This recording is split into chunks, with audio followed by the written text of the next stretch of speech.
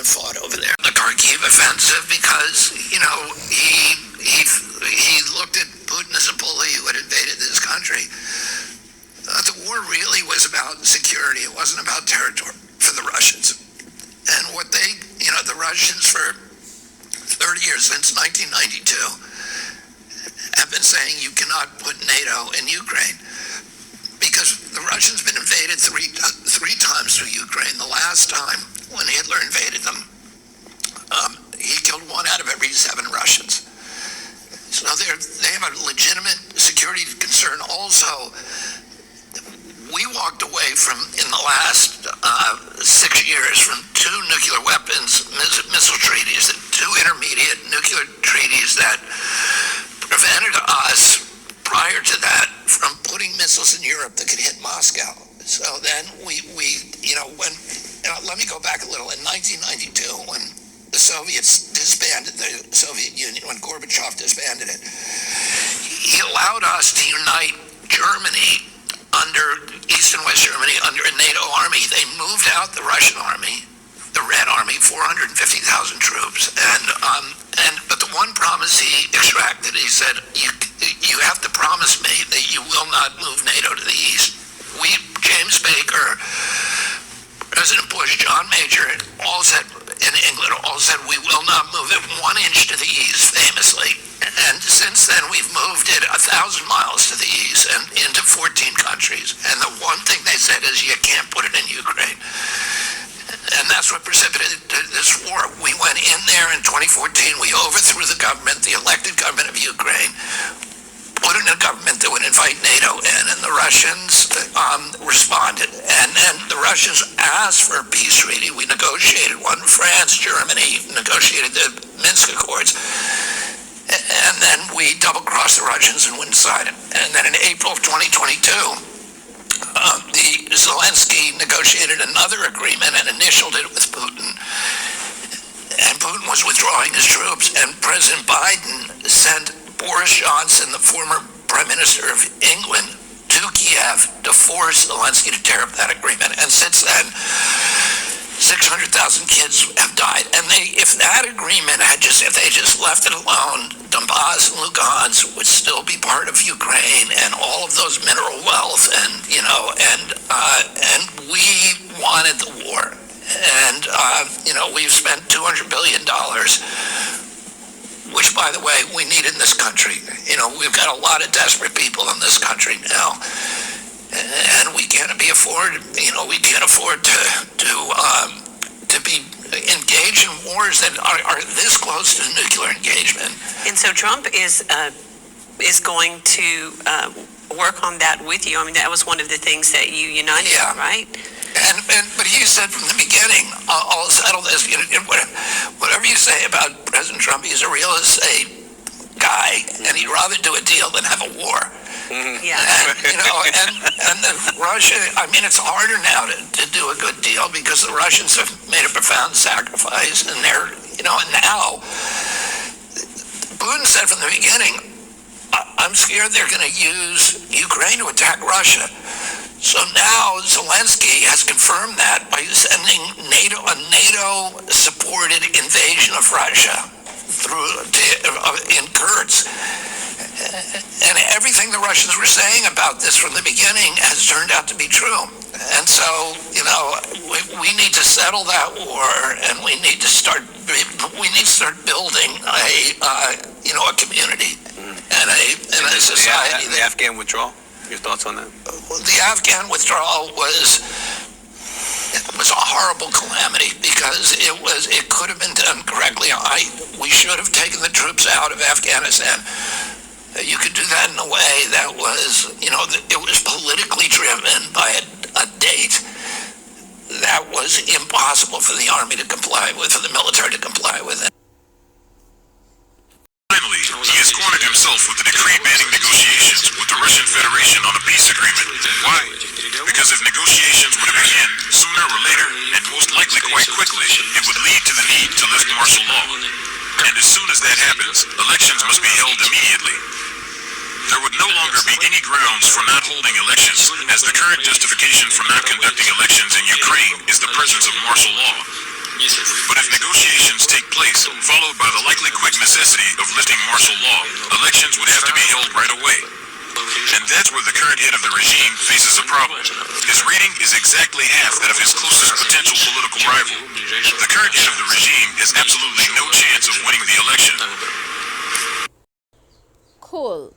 Now freeze all his and any Ukrainian politicians' assets that are within our borders or system. Continue the full stop on any military aid to Ukraine. Move forward with a full, transparent, and public audit of all the funding that has been sent to Ukraine. Cut Zelensky completely out of all peace negotiations with Russia. Okay. Zelensky seems like he is all over the place. He claims he will quit if Ukraine can join NATO. Doesn't need the US, he will work with Europe. Now he will work under Trump's strong leadership. Does this sound like a reliable head of state to deal with on such important matters?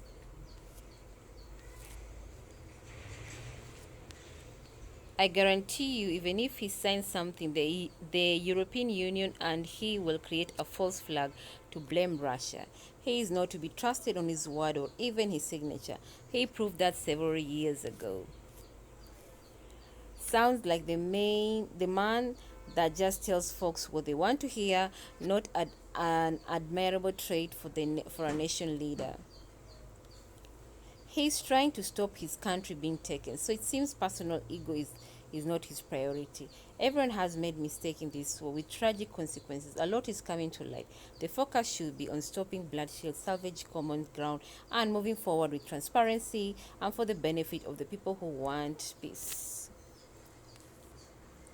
Acting like a narcissistic coke addict. He sounds like a whistle drug addict, and Zelensky constant attempts to provoke direct conflict between the US and Russia, bad faith negotiation, and reneging on commitments prove that he is no friend of peace, the US, or the American people. Zelensky simply can't be trusted. What he says today means nothing. He'll flip on this and more in a heartbeat. The idea that he's going to tell everyone else what to do is the mistake that media is hoping everybody will make. Europe, Democrats want a nuclear World War III. Trump, MAGA want a return to normalcy before get Russia's statecraft. Russia wants no NATO in Ukraine. Zelensky, who cares?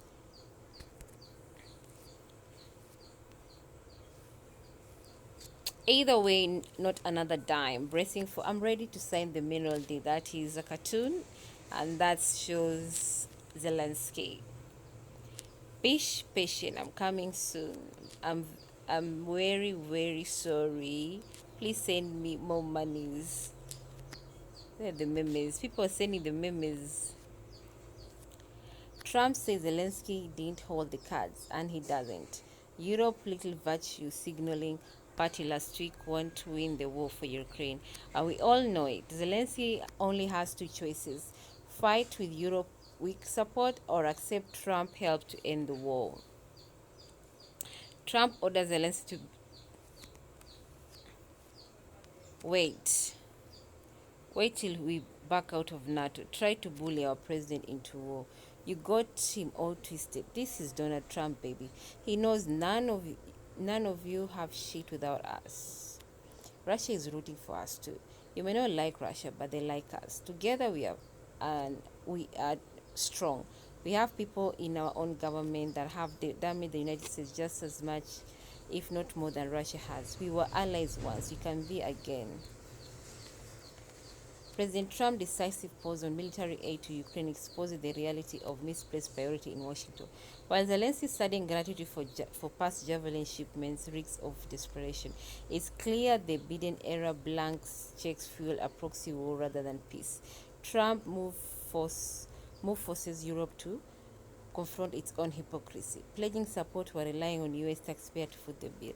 Ukraine's 6-month survival estimates without U.S. aid reveals the fragility of their position, and Trump pressure tactics are a masterclass in leveraging American strength to end conflict, not prolong them. The real question: why did it take this long to demand accountability from a government that's banned $200 billion with zero audits? Bureaucrats and globalists hate this approach because it works.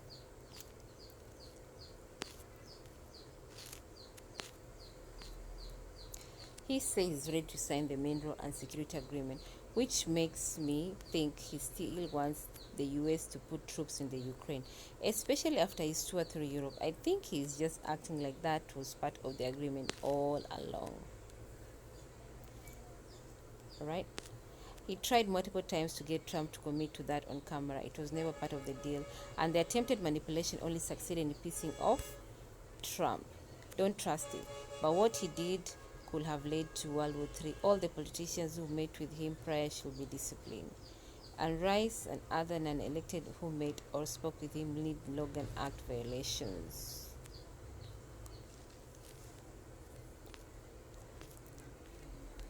To get a peace that lasts. That's right.